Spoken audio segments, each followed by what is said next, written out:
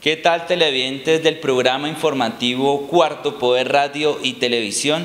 Hoy con una invitada bastante especial, es un honor tener a Francia Márquez Mina, candidata por el partido Consejo Comunitario Yurumanquí, un importante partido que se maneja en el Valle del Cauca y por supuesto a nivel nacional. Bienvenida a nuestro programa informativo Cuarto Poder, Francia, y comentémosle a los televidentes ese trabajo importante que has hecho con las comunidades en el departamento del Cauca y por supuesto también en el departamento del Valle del Cauca. Bienvenida. Muchas gracias, Jonathan. Pues un saludo a la gente de Cuarto Poder. Pues estamos aquí en una propuesta de construcción colectiva desde las comunidades, desde los sectores sociales, desde la reivindicación de las mujeres, de los jóvenes, de los estudiantes, de los ambientalistas. Estamos construyendo un proceso político distinto a la política tradicional, y es que me han postulado a la Cámara de Representantes por Comunidades Afro, y bueno, espero representar muy bien a las comunidades y a todo el país.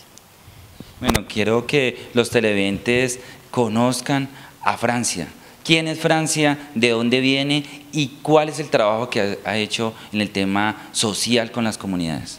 Bueno, yo soy de acá del norte del Cauca, yo soy de Suárez, Cauca, hago parte del Consejo Comunitario La Toma, y mi trabajo ha estado basado en la defensa de los derechos étnicos territoriales, que inició en el 2009, ¿sí? Con defender a la comunidad que estaba siendo desplazada de su territorio por el otorgamiento de títulos para explotación minera a empresas multinacionales. Yo decidí, ese era mi territorio, mi casa. Yo crecí haciendo minería ancestral y agricultura y pesca a la orilla del río Ovejas, y digamos que en ese momento para mí era muy difícil ver cómo después de nosotros estar en su territorio ancestral, un territorio que habíamos ocupado desde 1636, es decir, desde que mis ancestros y ancestras fueron traídos en condición de esclavitud, nosotros estuvimos en ese territorio, ¿sí?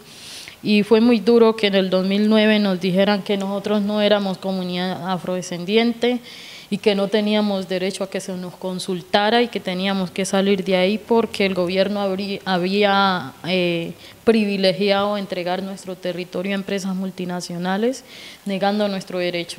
Yo en ese momento me puse a estudiar derecho porque no había estudiado, para tener herramientas de cómo contribuir con la defensa de los derechos de la comunidad y que la comunidad de La Toma no fuera una comunidad más de los tantos desplazados que hay en este país.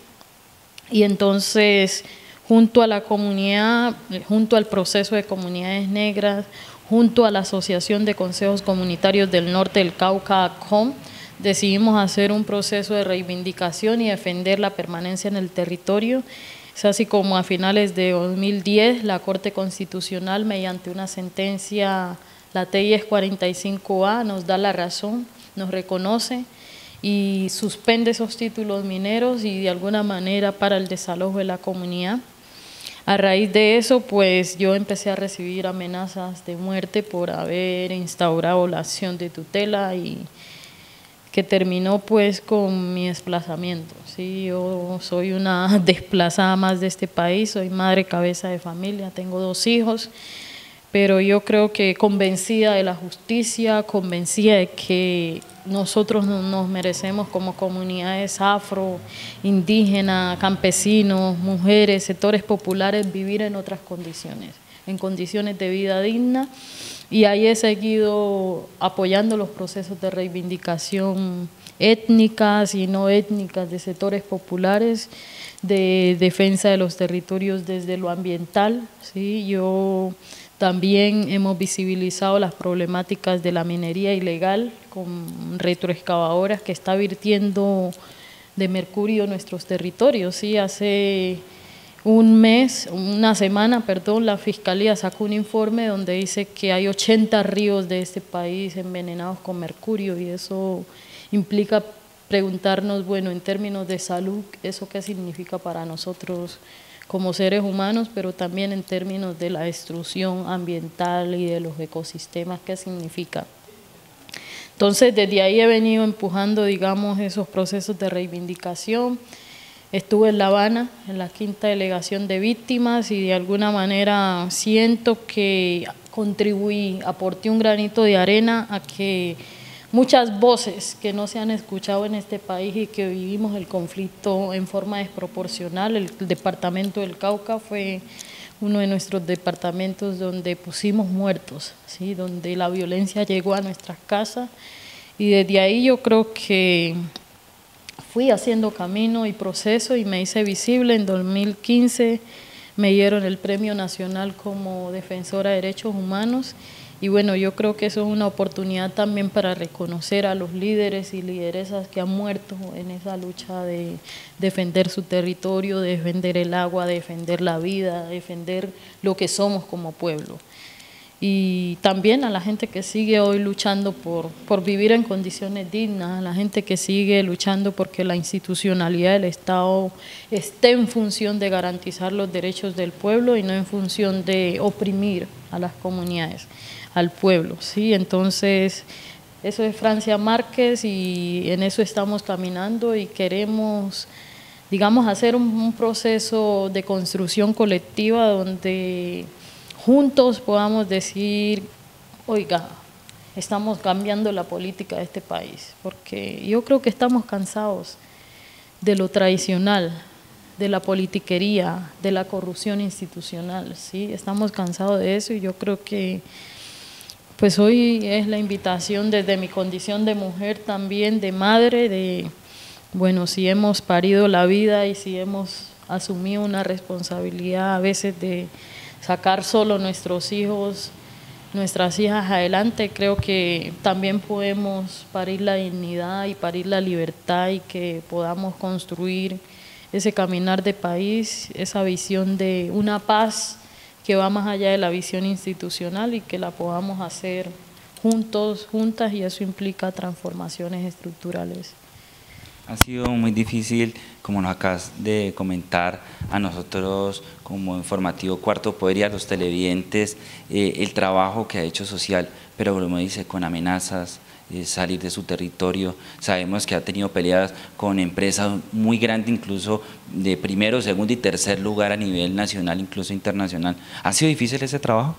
Sí, sin duda yo creo que cuando uno decide exigir sus derechos, cuando uno decide confrontar la institucionalidad y decirle a la institucionalidad para qué está creada, no es fácil. Yo creo que es duro, primero porque te amenazan, te amenazan a tu familia, a tus hijos, tu propia vida se pone en riesgo, pero segundo porque te bloquean también. O sea, cuando uno no está conforme con el statu quo de cómo se manejan las cosas, pues termina siendo un estorbo para muchos intereses que no son los intereses colectivos, sino los intereses particulares. Y yo creo que eso ha sido, pero también me alegra saber que también para mucha gente somos camino. Es gratificante, ¿no? Sí. El reconocimiento de las personas, pero también el reconocimiento de las entidades, dándote ese reconocimiento importante con esos premios que has ganado. Así es, yo creo que el que hayan comunidades aquí en nuestro país y afuera, reconociendo el trabajo que hacemos, yo creo que nos inspira mucho y nos llena de mucha alegría también y de mucho amor para seguir construyendo país, para seguir haciendo camino, y yo creo que eso es lo que somos y eso es lo que hemos venido haciendo, y bueno, con mucho amor, con muchos riesgos, con muchas amenazas, pero aquí estamos, digamos, llevando la voz de la comunidad y el sentir de la comunidad. También sabemos, Francia, y contarle a los televidentes, que has hecho un trabajo importante aquí en Colombia, principalmente para el norte o el departamento del Cauca del Valle, pero también has estado en Europa, en Estados Unidos. Contémosle eso a los televidentes. Sí, yo pues digamos que yo creo que he estado como en 20 universidades de Estados Unidos, dialogando con la gente, un poco hablando sobre la experiencia de la lucha y la reivindicación de los derechos de las comunidades afrocolombianas, pero también de las comunidades indígenas, campesinas que luchan día a día, de los sectores urbanos y de las mujeres, ¿sí? Y bueno, también he sido invitada por la ONU a Ginebra a hablar de, bueno, eso, cuando hablan de minorías étnicas, ¿a qué se refieren? ¿Sí? ¿Qué es eso de minorías étnicas? Entonces yo creo que sí, que hemos hecho un camino y un proceso que va más allá de Colombia, que también otra gente lo reconoce, y eso ha sido que pues desde la academia, desde distintas organizaciones institucionales y no institucionales me han invitado a compartir parte de esa lucha y de esa experiencia, y también a construir alternativas de país. Y bueno, mucha gente me tiene como referente también en términos de, soy una mujer afrocolombiana, madre, cabeza de familia, que le tocó sola, yo parí a los 15 años, como muchas niñas de este país, pero que me he sabido levantar también. Digamos que eso no ha sido un obstáculo, como muchas mujeres que se levantan a pesar de todas las violencias que le toca vivir, a pesar que les toca pasar muchas necesidades, les toca sacar con muchos esfuerzos a sus hijos, vendiendo en la calle, haciendo lo que sea, trabajando en casas de familia. Yo pasé por toda esta situación y yo creo que bueno, que la gente cree en lo que hacemos y confía en que estamos haciendo las cosas bien, y a que podemos seguir aportando mucho más para este país y para el mundo, ¿sí? Yo acabé hace un mes de venir de Ginebra y era un encuentro mundial sobre cómo aportar a la construcción de la paz en el mundo. Creo que el poder ir a compartir esa historia de lo que como departamento del Cauca, porque si hay un departamento que vivió la guerra y la violencia en el marco del conflicto armado, yo creo que es nuestro departamento, pero también un departamento con tanta diversidad y con tantos recursos, también hemos tenido la capacidad de coexistir ahí y de, a pesar de la violencia, a pesar del sufrimiento, a pesar de todo lo que nos ha tocado que soportar, hemos sido capaces también de llevar alegría, ¿sí? Yo recuerdo que cuando en Suárez se hacían tomas guerrilleras o había enfrentamiento, después de eso los jóvenes, nosotros, íbamos y bailábamos danza y hacíamos teatro y le devolvíamos la alegría a la gente, ¿sí? Como que en medio del temor, del miedo, hacíamos cosas que nos hacían sentir felices en medio de tantas cosas. Entonces yo creo que es eso, y es compartir esa experiencia de vida y de lucha y de procesos organizativos y comunitarios. Bueno, también algo importante para decirle al televidente es un día, un encuentro donde estuvo el gobierno nacional, encabezado el presidente Juan Manuel Santos, estuviste tú como una de las líderes, y hubo un enfrentamiento o digamos algo que no estuviste conforme por un incumplimiento de hace muchos años y que todavía era la fecha y que no le han podido cumplir. ¿Qué puedes hablar de ese tema que ya lo vamos a ver y se lo vamos a compartir también a los televidentes? Pues eso en realidad fue un conversatorio que hizo el presidente Juan Manuel Santos, que le llamó el conversatorio más grande del mundo. Entonces me invitó a que yo hablara de la experiencia de, bueno, una mujer víctima de desplazamiento forzado, cómo podría aportar a la pedagogía para la paz en este país. Y bueno, en ese momento yo le dije que para mí la pedagogía para la paz implica honrar la palabra, ¿sí? Implica que la gente crea en los políticos, que la gente crea en su institucionalidad, porque pues desafortunadamente, digamos, hoy no creemos, ¿sí? Hoy no creemos, y por eso viene el político de turno y la gente, deme mis 50.000 porque yo no lo vuelvo a ver, o deme mi bulto de cemento porque yo no lo vuelvo a ver, y sin embargo las necesidades básicas están insatisfechas, ¿sí? Hoy el Estado no está cumpliendo su papel para lo cual fue creado, ¿sí? A pesar que todos los días de nuestro bolsillo salen los impuestos que sostienen al Estado. Y entonces, pues él nos había prometido en el Congreso de Quibdó, que había habido en 2013, que terminando la ley, el 2013 nos reglamentaba la Ley 70. En ese momento era el 2016 y la ley no estaba reglamentada, entonces yo le dije, usted no honró su palabra, usted ha faltado a su palabra y bueno, hay muchos otros acuerdos, ¿sí? El gobierno ha hecho acuerdos con las comunidades indígenas, con las comunidades afro, en movilizaciones, con estudiantes, con maestros, ¿sí? Con la gente de la salud y sin embargo muchos de esos acuerdos no se cumplen. Y yo creo que hacer la paz también implica hacer una reestructuración institucional para que la gente vuelva a creer, para que la gente crea que el Estado está cumpliendo su papel. Bueno, quiero, y antes de que sigamos con este tema, que los televidentes vean lo que estás comentando, este conversatorio entre las comunidades y por supuesto el gobierno nacional, encabezado el presidente Santos. Veamos este pedazo y seguimos hablando de este tema.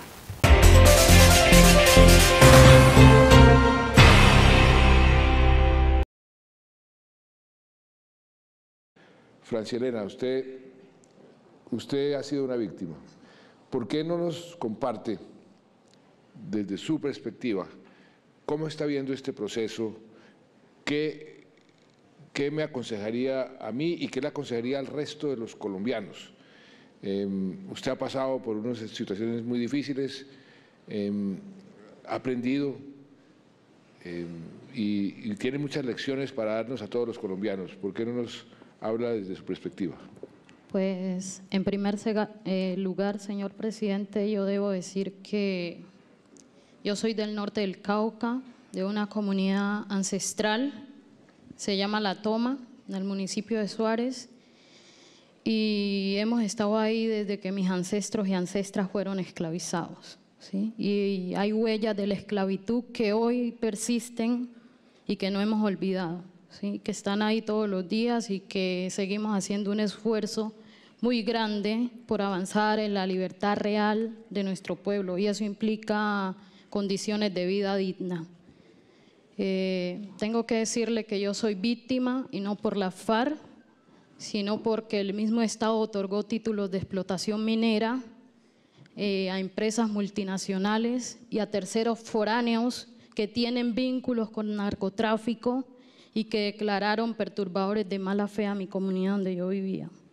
En esa situación nosotros empezamos a denunciar y a visibilizar la vulneración de nuestros derechos y a exigir la aplicación del derecho fundamental a la consulta previa y tengo que decir, señor presidente, que el mismo Ministerio del Interior certificó diciendo que nosotros no éramos comunidad negra. Y en ese sentido instauramos una acción de tutela que terminó con la sentencia TEIES 45A del 2010, donde es la Corte Constitucional que reconoce que efectivamente somos una comunidad ancestral, reconoce nuestro territorio y solicita la suspensión de esos títulos mineros. Creo que yo estoy un poco en desacuerdo con lo que plantea el compañero de que en el norte del Cauca el conflicto ya no existe. Creo que existe el conflicto y tenemos que decir que el conflicto armado está ligado al conflicto económico y social y político de este país. Y entonces, en ese sentido, para nosotros en el norte del Cauca, yo que soy de allá, que tengo el ombligo sembrado allá, sí todavía vivimos en conflicto. Todavía hay presencia de grupos paramilitares en el territorio, ¿sí? Todavía hay presencia de grupos guerrilleros en el territorio. Todavía hay presencia de fuerza pública en el territorio y eso nos sigue poniendo en condición de riesgo y de vulnerabilidad. En ese sentido, creo que avanzar en una pedagogía para la paz, creo que como comunidades étnicas reconocidas en este país, llevamos mucho tiempo haciendo pedagogía para la paz. Y esa pedagogía para la paz para nosotros ha implicado la construcción desde la cultura, ha implicado el inculcar valores, ¿sí? Muchas mujeres salen de nuestros territorios a trabajar en casa de familia y cuando están cuidando a los hijos e hijas de muchos adinerados, están inculcando valores de cómo se construye la paz en este país.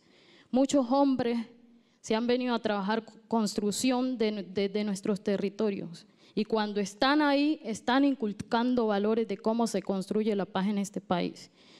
Creo, señor presidente, que para mí avanzar en la construcción de la paz implica el respeto a la verdad, ¿sí? Implica honrar la palabra.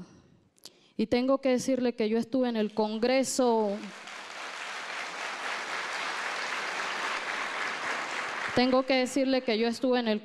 en el primer Congreso Nacional Afrocolombiano, donde usted se comprometió a reglamentar la Ley 70 de 1993. Y le dijo a la gente que terminando el 2003 estaba reglamentada la ley. Hoy estamos en el 2016 y la ley no está reglamentada.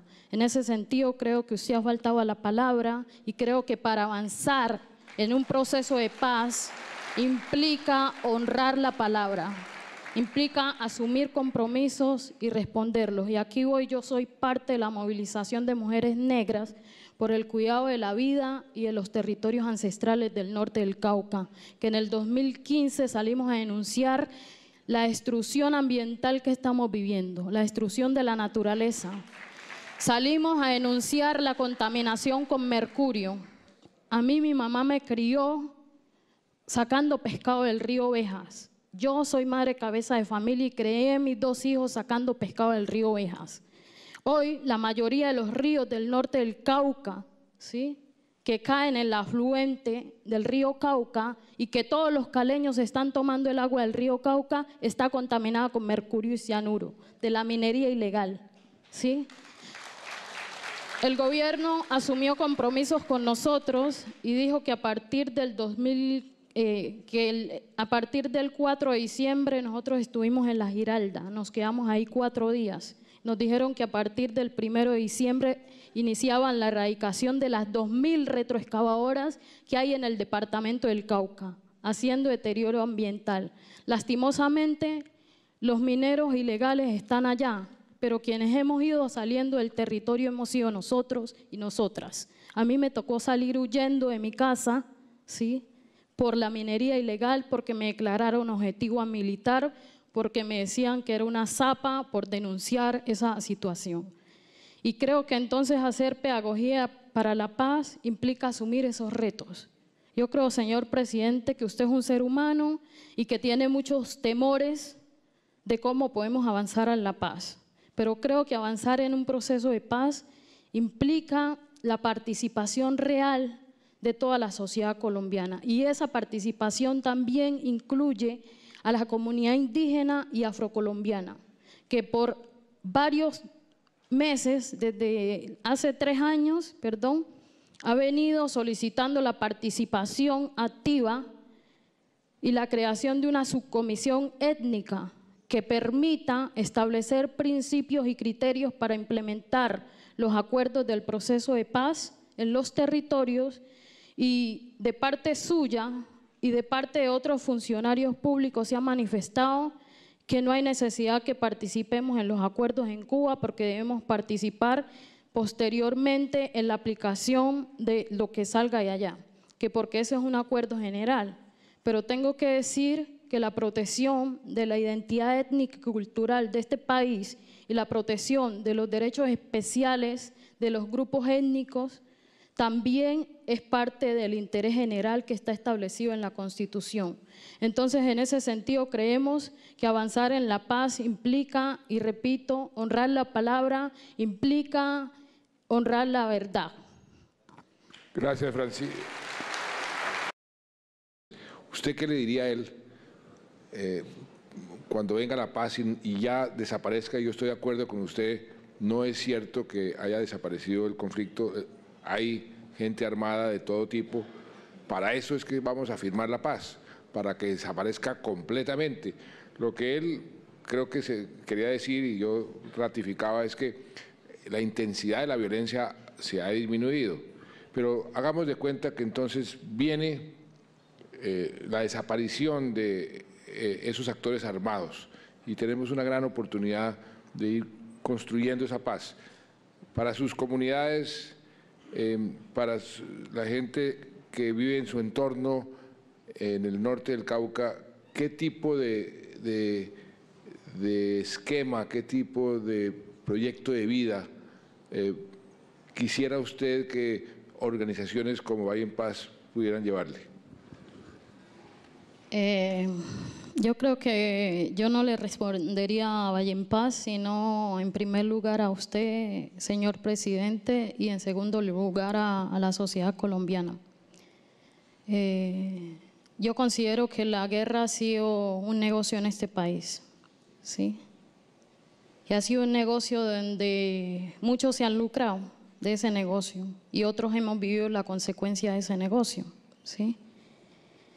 En ese sentido, yo considero que la paz hoy no puede también significar un negocio donde la excusa somos las comunidades víctimas, pobres, excluidas, marginadas, impactadas por la violencia, y entonces sobre esa excusa vamos a intervenir, vamos a ayudar. Yo creo que si se va a construir un proceso de paz, implica construirlo con la gente, implica garantizar la participación real de la gente frente a la toma de decisiones, implica que si se van a implementar programas para la paz, sea la gente la que tenga la posibilidad de decidir y participar cuáles son esos programas, y no sean programas pensados desde un escritorio o desde las grandes ciudades o de corporaciones o de organizaciones que se lucran a costa del sufrimiento de nosotros. Muy bien, ese punto es… A pesar que el año pasado se hicieron como unos intentos de parte de algunos ministerios, pero igual no se ha reglamentado, y bueno, esperamos que efectivamente este año, antes de terminar este año, pues se pueda cumplir con eso. La Ley 70 tiene 24 años de existencia y hoy sus capítulos más importantes, que implican el desarrollo e implementación de políticas públicas para las comunidades afro, no se ha implementado. Bueno, Francia, por favor, contémosle a los televidentes los ejes fundamentales de esta campaña. Sabemos que se va a trabajar fuertemente por las comunidades afro, pero en general es una articulación con las comunidades campesinas, indígenas y en general con el departamento, no solamente del Cauca, sino también del Valle del Cauca. Hablemosle un poco a los televidentes de este tema. Sé que puede ser largo, pero pues tratando de aprovechar el tiempo en televisión. Bueno, pues uno de esos temas que hemos planteado es el tema de participación política de las mujeres para el goce efectivo de sus derechos. Pues en mi condición de mujer y con todas las violencias que he vivido, yo creo que encarno también de alguna manera esa lucha, y no podría, digamos, hacer un proceso sin que la voz de las mujeres y la lucha por la reivindicación de sus derechos no esté ahí.